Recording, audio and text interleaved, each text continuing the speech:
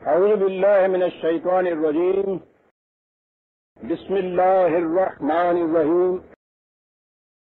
عزیزان ایمان، آج مئی 1970 کی 21 تاریخ ہے اور درس کا آغاز سورہ آل عمران کی 194 آیت سے ہوتا ہے۔ یہ آیت تو سابقہ درس میں بھی سامنے آ گئی تھی، بلکہ پورا درس ہی اس آیت کے مفہوم پر مشتمل تھا۔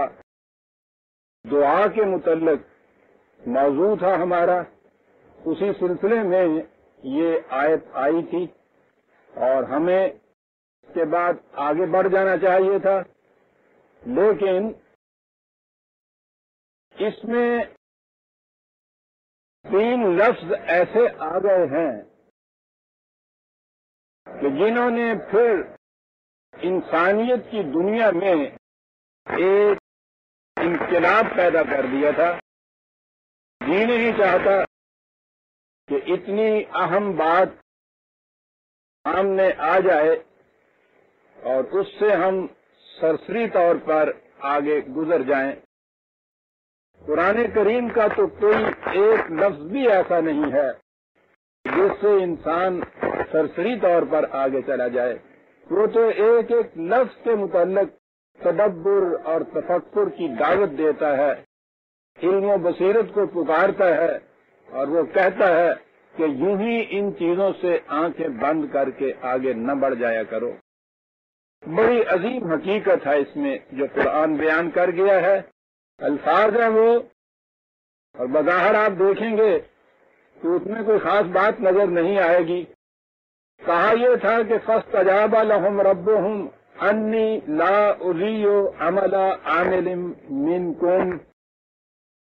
دعا کے متعلق بات ہو رہی تھی اور کہا تھا کہ ٹھیک ہے، تم ہم کو پکارتے ہو، ہم تمہاری پکار کو سنتے ہیں، اور پکار کا سننا یہ ہے کہ تم میں سے کسی کام کرنے والے کے کام کے اجر کو ہم ضائع نہیں کیا کرتے۔ اور اس کے ساتھ ہی چیز من ذکرن او انثی، وہ مرد ہو یا عورت ہو۔ اور اس کے آگے ہیں وہ 3 لفظ جن کی طرف میں نے توجہ ابھی مبذول کرائی، بعضکم من بعض۔ بڑے ہی آسان سے لفظ، بلکہ بعد تو ایک ہی چیز جسے دہرائی اور درمیان میں تو من ایک حرف آیا ہوا ہے۔ یہ ایک پورا فقرہ بھی نہیں ہے، 3 لفظ ہیں، لیکن جیسا کہ میں نے عرض کیا ایک عظیم انقلاب ہے ان الفاظ کے اندر۔ بعضکم من بعض، مرد اور عورت، اور ان کے متعلق یہ بات کہی گئی ہے۔ میں پہلے ذرا اس کا پس منظر بیان کر لوں، اس کے بعد یہاں تک پہنچوں گا تو پھر ان الفاظ کی اہمیت اجاگر ہو کر آپ کے سامنے آئے گی کہ قرآن کیا گیا، قرآن کر کیا گیا ہے۔ عورت کی حیثیت کیا؟ سیدھی سی بات ہے، جب ہم انسان کہتے ہیں اس میں مرد اور عورت دونوں شامل ہوتے ہیں۔ انسان کو قرآن نے اتنا بڑا مقام دیا ہے کہ ملائکہ اس کے حضور سجدہ ریز ہوتے ہیں۔ اب جب انسان کو یہ مقام دیا ہے تو یہ مقام صرف مردوں کے لیے تو مخصوص نہیں ہے۔ یا تو صفِ انسانیت سے نکال دیجیے اس آدھی آبادی کو، اور پھر اس کے لیے کوئی دوسری ہدایات، دوسرے احکام ضروری۔ اور اگر آپ ان کو انسان کی صف میں رکھتے ہیں تو جو کچھ قرآن نے انسان یا بنی آدم کے لیے کہا ہے اس کا اطلاق یکساں طور پہ مرد اور عورت دونوں کے ہو۔ بات بڑی سختی ہے، لیکن اتنی صاف اور واضح ہونے کے باوجود دنیا میں کسی حیوان نے بھی اپنے جوڑے کے ساتھ وہ نہیں کیا جو مرد نے اپنی اس صنف نازک نکال کی ہے۔ معلوم نہیں وہ کون سا منحوس جن تھا جس میں یہ چیز مرد کے ذہن میں آئی کہ مرد حاکم ہوتے ہیں عورت ہمیشہ پست و ذلیل و معصوم ہوتی.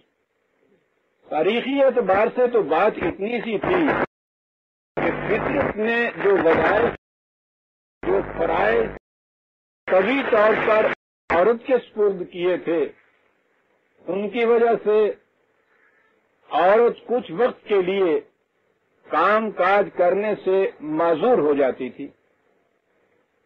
عورت آنے والی انسانیت کی نسل کی تربیت کا مرکز ہوتی ہے. مرد کو اس کے لیے شکر گزار ہونا چاہیے تھا کہ وہ اتنا اہم فریضہ سر انجام دے رہی ہے. لیکن دنیا میں تو ہوتا یہ ہے کہ وجہ کوئی بھی ہو، جب بھی کوئی کسی دوسرے کا محتاج ہوتا ہے تو وہ اس کو ایکسپلائٹ کرتا ہے. یہ جو اتنے دنوں کے لیے بیچاری معذور ہوئی کام کاج کرنے سے، تو میاں صاحب نے اس کو ایکسپلائٹ کیا. اور اتنے وقت کی بات نہیں ہے کہ حمل اور وضع حمل، اس کے بعد تو یہ بچے کی پرورش میں اتنا سارا وقت اس کا صرف ہو جاتا ہے. اور پرورش ہی نہیں ہے، اس میں تو تربیت بھی ہے. اور تربیت بھی اس قسم کی کہ قرآن نے جو قوم کے لیے لفظ امت تجویز کیا ہے، استعمال کیا ہے، اس کا تو مادہ ہی ہے، جس کے معنی ہی ماں ہے. امت تو بنتی ماں کے آغوش میں ہے. اب جس ہستی نے ایک امت کی تشکیل کرنی ہے، آپ سوچئے تو صحیح کہ اس کے فرائض حیات کتنے زیادہ، کتنے مقدس، کتنے بلند اور پاکیزہ ہو جاتے ہیں. اگر اس کو اس کا احساس ہوتا تو صرف اس فریضے کی بنا پہ جو وہ سر انجام دے رہی ہے، اس کے پاؤں دھو دھو کے پیتا. لیکن محض اس لیے کہ اس دوران میں وہ روٹی کمانے کے قابل نہیں رہی، تو انہوں نے ایکسپلائٹ کیا. ساری تاریخ یہ چلی آ رہی. مجھے اس تاریخ کی تفصیل میں جانے کی ضرورت نہیں ہے. کیفیت یہ تھی کہ اتنے بڑے مفکر، جو حلا کی بات نہیں ہے، ارسطو جیسا مفکر جو اس وقت تک دنیا منطق میں چھایا ہوا چلا آ رہا ہے 2500 سال سے. منطق کی دنیا میں تو فکر اس کا گردو پیما. اور گھر میں عورت کے متعلق کیفیت یہ کہ وہ کہتا تھا کہ مرد کے منہ میں تو 32 دانت ہوتے ہیں، عورت کے دانت بھی 28 ہی ہوتے ہیں. یعنی ساری عمر اتنی تکلیف ہی گوارا نہیں جناب نے فرمائی کہ ذرا دیکھ تو لے، پسلیاں اس کی کام ہوتی ہیں، دانت بھی کام ہوتے ہیں، اور دماغ تو وہ کہتا تھا ہوتا ہی نہیں ہے. روح کے متعلق تو فیصلہ تھا نا کہ وہ ہوتی مردوں میں. چلیے قصہ ختم ہوا. یہ مفکرین جو دنیا کے بلند ترین مفکر تھے، وہ یہ کچھ نظریہ لیتے آتے تھے. لیکن سب سے بڑا دھچکا جو یہاں آ کے دیا اس کو، وہ عیسائیت نے آ کے دیا. حضرت عیسیٰ علیہ السلام نے شادی نہیں کی، تجرد کی زندگی گزاری. اس کے اسباب کیا تھے، اس کی ضروریات کیا تھیں، ہم اس کی تفصیل میں نہیں جاتے. انہوں نے تجرد کی زندگی کو گزاری. اب عیسائیوں کے نزدیک حضرت عیسیٰ علیہ السلام کا یہ فیصلہ، اس کی ایک ہی توجہ ہو سکتی تھی کہ عورت اس قابل ہی نہیں ہے کہ کسی مقدس ہستی کے قریب جا سکے. اور جو پھر عورت کے خلاف ایک پورے کا پورا نفرت کا جہاد، کوٹڈ کہہ رہا ہوں میں، جو شروع ہوا عیسائیت کے اندر، پوچھئے نہیں سا. گناہوں کا اولی سرچشمہ عورت، اس لیے کہ آدم کو جنت سے نکلوانے کا باعث عورت. ایسا گناہ کہ ہر انسانی بچہ پیدائش کے ساتھ اس گناہ کی علائش اپنے ساتھ لے کے آتا ہے، اور وہ کسی عمل سے دھل ہی نہیں سکتا. اتنا گہرا اثر ہے اس گناہ اول کا کہ بالآخر ان کے الفاظ میں کہہ رہا ہوں کہ وہ مغموم باپ جس کی سمجھ میں کچھ نہیں آتا تھا، یعنی خدا ان کا، کہ اب کیا جائے، بچے پیدا ہو رہے ہیں، پہلا گناہ اتنا زیادہ، وہ سیاہی ہے، وہ جو کہتی ہیں مٹا نہیں کرتی، وہ لگ گئی، دھل سکتی نہیں. کریں کیا؟ آپ باپ بیٹا دونوں مشورہ کر رہے ہیں. ایک ہی طریق سمجھ میں آیا کہ بیٹے نے کہا کہ آپ یہ کر بیٹھے ہیں، اب اس کا علاج کوئی نہیں سوائے اس کے مجھے بھیجیے، مجھے پھانسی دلوائیے، میرے خون کا کفارہ یہ لے کے ان لوگوں کو بخش دیجیے. اب اور کیا کیا جائے؟ بات میں کہہ رہا تھا اولی گناہ عورت جس کا سرچشمہ چلی آ رہی. اور وہ پھر نفرت کی لہر جو دوڑی ہے وہاں عیسائیت میں اس کے خلاف مشکل یہ پیش آ گئی کہ اس خدا یا خدا کے بیٹے کی ماں حضرت مریم علیہ السلام وہ عورت تھی. کیا کریں؟ تو پہلی چیز تو یہ کہی گئی کہ حضرت عیسیٰ علیہ السلام نے یہ کہا تھا کہ جنت میں جانے کے لیے تمام عورتوں کو مرد بنا دیا جائے گا. اس سے بھی کام نہ چلا، اس لیے کہ حضرت مریم علیہ السلام کی جو خصوصیت سی ماں ہونے کی اس کو تو مٹانا نہیں چاہتے تھے، باپ تو موجود تھا. سینٹ تھامس کی گاسپل کے اندر اس کا حال یہ بتایا گیا کہ یہ مرد اور عورت کی تخصیص جو ہے نا یہ دونوں ختم کر دی جائیں گی جنت میں جانے سے پیش تک. قصہ ہی ختم، پتہ ہی نہ چلے ماں ہے کہ یا باپ ہے. ان کے ہاں کا یہ عقیدہ ہے، ان کی انجیل کے اندر کی یہ چیز کہ جنت میں کیسے بھیجا جائے. مصیبت میں پڑ گئے اس عورت کی وجہ سے. پہلے یہ ہوا کہ عورت عورت ہی نہ رہے، پھر یہ رہا کہ نہ رہے بانس نہ بجے بانسری. عورت اور مرد کی یہ جو سیکس کی تخصیص ہے اس کو ختم کر دیا جائے اور پھر ان کو جنت میں بھیجا جائے. تو آپ کو معلوم ہے کہ یہ جو تھا عقیدہ اس کا عمل کس طرح سے شروع ہوا. ان کے ہاں یہ جو مرد ان کے ہاں بڑے بڑے سینٹ یا بڑے بڑے ممتاز مذہبی عہدوں پہ ہوتے تھے، روحانیت کی دنیا کے اندر مقربین بننے کے لیے انہوں نے اپنے آپ کو کاسٹریٹ کرنا شروع کر دیا. میری بیٹیاں اور بہنیں بیٹھی ہیں، کیا کیا جائے، بات تو کرنی پڑتی. حتیٰ کہ ان کے ہاں ایک فرقہ عیسائیوں کے ہاں بڑا مقدس فرقہ ہے، وہ پورے کا پورا فرقہ ہی خنثوں کا ہوتا ہے.